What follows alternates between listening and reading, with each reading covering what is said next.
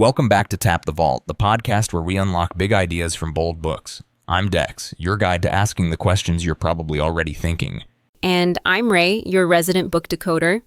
Every episode, we tap into one book that challenges how we think, live, or lead, and pull out insights you can actually use.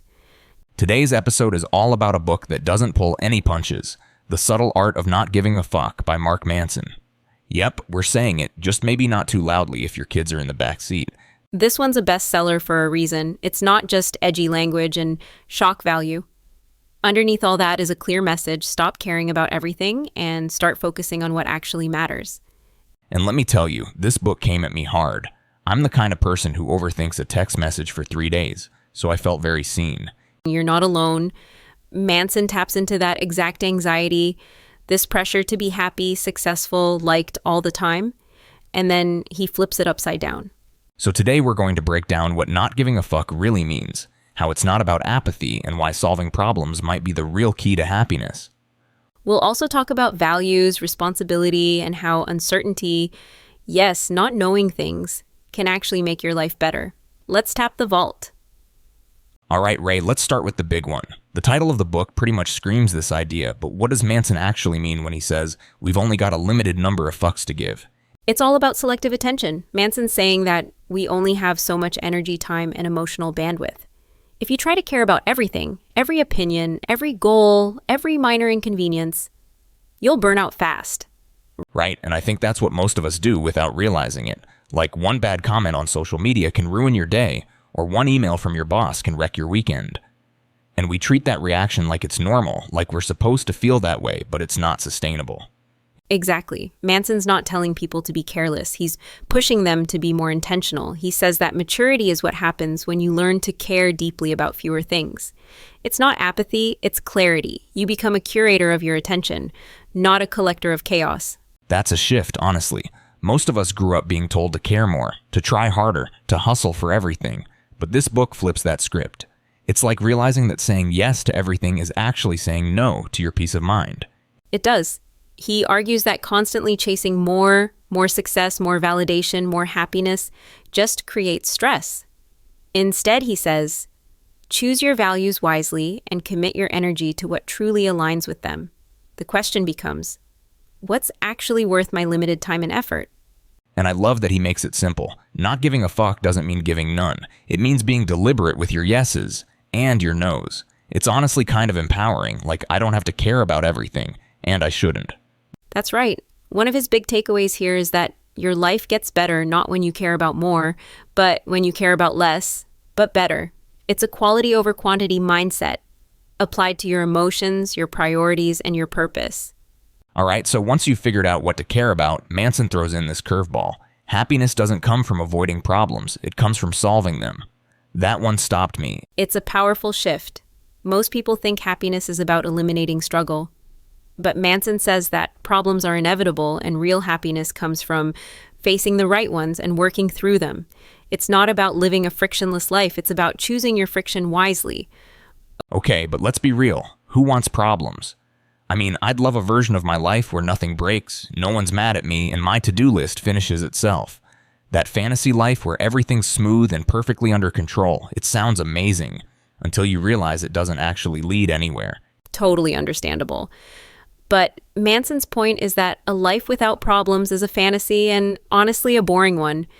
Growth, meaning, and even confidence come from tackling challenges and making progress, not from avoiding discomfort.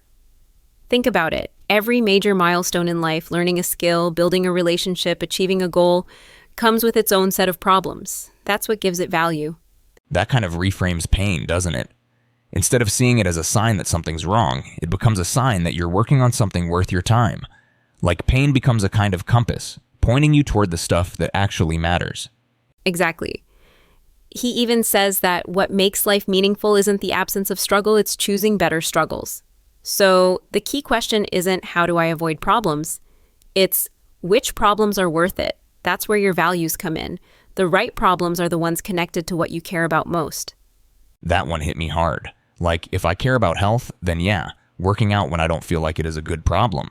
If I care about relationships, then having hard conversations is a worthwhile struggle. And the weird part is, when the struggle aligns with your values, it stops feeling like a burden and starts feeling like progress. And that's the takeaway. It's not about chasing comfort or ease. It's about choosing the discomfort that aligns with your values. That's where real satisfaction comes from. The goal isn't no problems. It's the right problems. So the next big idea that really stood out to me is this. You're responsible for everything in your life, even if it's not your fault. I gotta admit, that one felt a little unfair at first. A lot of people feel that way, but Manson draws a clear line between fault and responsibility.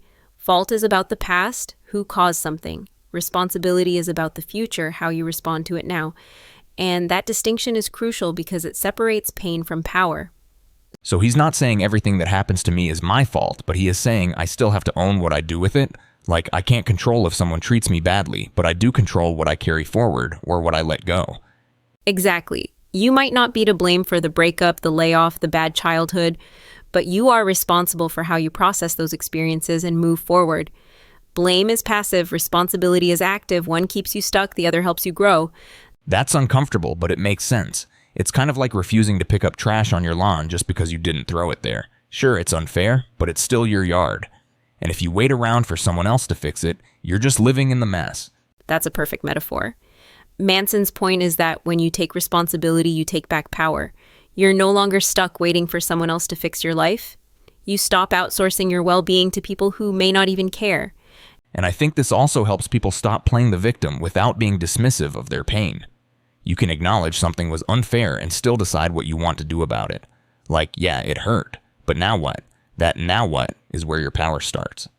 Absolutely. It's not about blaming yourself, it's about reclaiming control.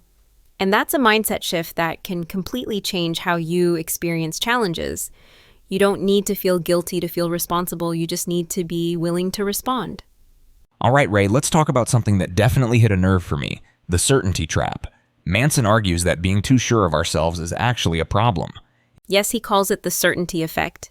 And it's all about how the more convinced we are that we're right, the less open we are to growth, learning, and perspective. And the irony is the more certain we feel, the more likely we are to be missing something important.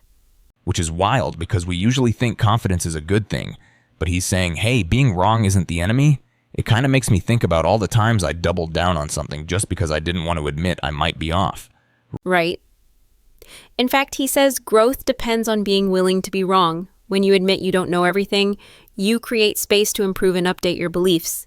It's not about being indecisive, it's about being intellectually honest, knowing that what's true for you today might evolve tomorrow. So the goal isn't to have all the answers. It's to stay curious, even about your own opinions. That's uncomfortable, but kind of freeing too, like giving yourself permission to learn instead of needing to win the argument.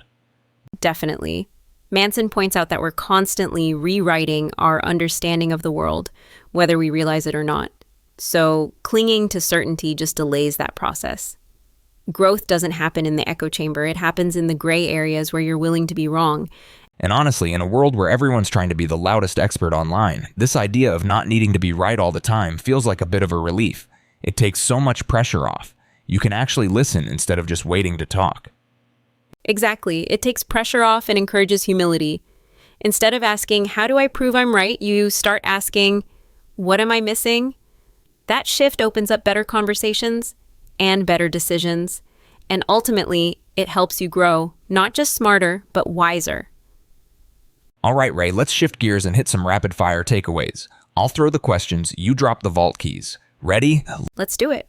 What's one thing people give way too many fucks about? What other people think? Manson says approval is a bottomless pit.